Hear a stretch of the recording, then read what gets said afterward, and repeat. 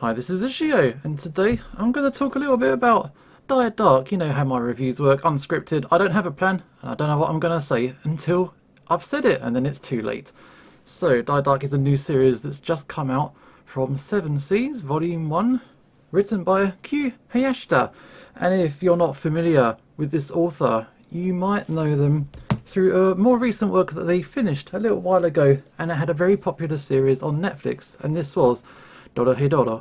So this was very fun, and this is a bit of a disclaimer ahead of time. I'm a big fan of this series, so like not only I've read all of that, I got the special character guide book from Japan. I'm too much of a coward to actually finish reading it because I don't want it to end in my mind, and I've got the big old art book. So yeah, a declaration of bias. So yeah, I'm a bit of a fan, and I've got a bit of a more of an interest in this creator's new series than perhaps I would just like a regular reader kind of thing. I even played the video game that came out. So if you're new to this series completely, you might have a different kind of expectation. So judging by the cover, it looks kind of serious. It looks a little bit intense, scary in that, and mixed results inside. It's not as scary as it looks, but there is some grim humour in there, and humour's kind of the name of the game. With Dorohedoro, there's going to be a lot of comparisons, by the way, between the two series, because that's going to be people's main reason why they would start reading this manga, because they've seen that show and they read that manga. They're going to be interested to see how they compare. So that's kind of where it's going to be angled to, but I'll try and cater for new readers as well. So Dorohedoro was kind of like a guy gets his head turned into a lizard by magicians, and he wants to like find out who did it, cancel the spell by means of killing people. It's super violent. It's really grotesque. There's like entrails, heads exploding, heads cut off. It's really gross. But on the other side, everyone's kind of really cool. Everyone's really fun, quirky, kind of goofy. So it was a strange mix of extreme violence, but that was diffused by the really oddball humour. And that's kind of how it got away with being as gross as it actually was. Diet Dark actually leans more toward the goofy humour, in my opinion. And yeah, so if you quickly open the page, so you got your scary dude, and inside it's just this kind of dorky little kid inside. So originally when this was published in Japan, this was like a see-through acetate slipcover, and when you removed it, that revealed the cover. So the compromise, or not even a compromise, it's an equivalent. You've got a double cover, and that's a nice little thing. And respect has to go to Seven Seas. They've really taken this one seriously. I think that they know they're onto a good thing, so they've really gone out of their way to make this a really quality piece. You can kind of feel it's quite a nice paper stock to it. It feels very firm and sturdy and solid. It's got a lot of colour artwork inside as well. So with Dorohedoro, when Viz Media published it, they started off publishing like all the colour pages, but they kind of gave up after volume 3, volume 4 onwards. It's all black and white, even if it looks a little bit muddy. But we've got all the colour artwork in here. It's very, very cool. So, Die Dark, new series. What is it about? And, how to explain? It's kind of the way that Q Hayashida likes to build up their stories and their manga. It's all in the world building, and that was true with Dorohedoro, and it seems to be true with Diet Dark. But you kind of meet some people, and the world is already in place, and you kind of have to piece together some of it as you go along. Some of it is explained, some of it is probably going to get explained later on, and some of it you just learn because you've seen it happen yourself.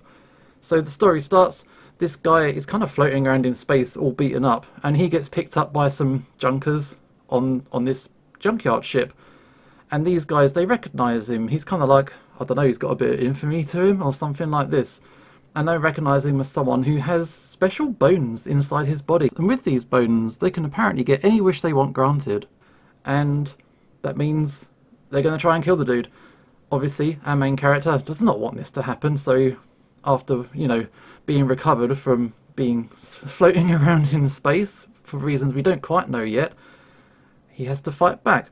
Accidentally, he kind of starts a fire on the ship. He's running around on fire himself. He's touching people. Everybody's on fire.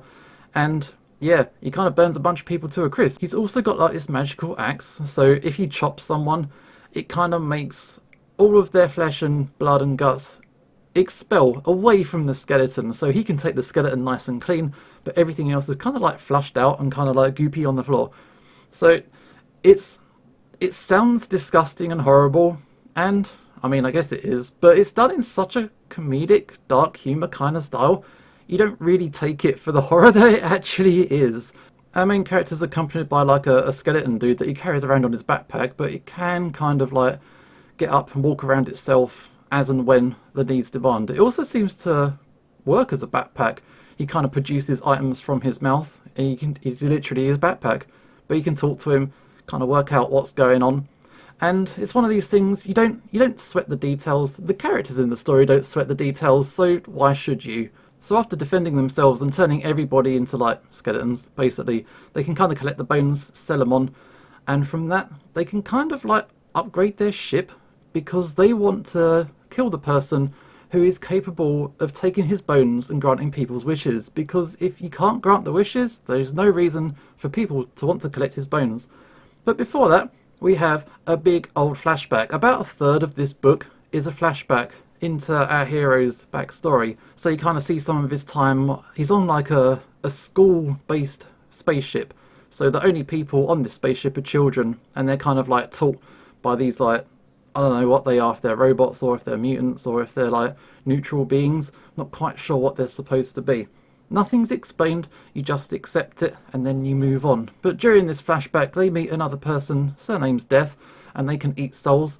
She's a bit of an interesting individual, and gradually you're starting to piece together how this is going to go. At the start of the book you can see that there are 4 main characters, and by the end of this book you've met 3 of them. But going back to Dorohedoro, it wasn't really the story. That wasn't really the reason why you were reading it. Obviously you need motivations for the characters, but the reason it was so enjoyable was just spending time in the world, hanging out with the characters, just seeing how they respond to different situations. And I'm just like, oh, that guy's head fell off. That's weird. Maybe let's play a game of baseball. It was kind of oddball. It was really strange. And this is even stranger.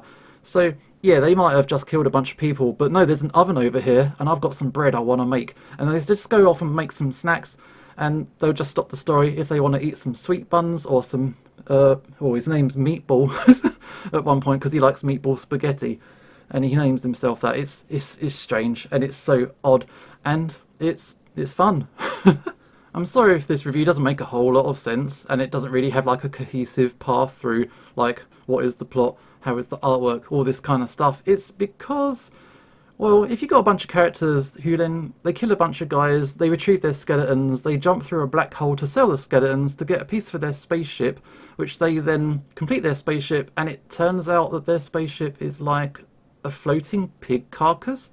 You know, that's essentially what happens in the story. And then they take their pig carcass spaceship to, I think it's a pig carcass anyway, off to go and kill the guy who can use his magical bones to grant wishes. Sure.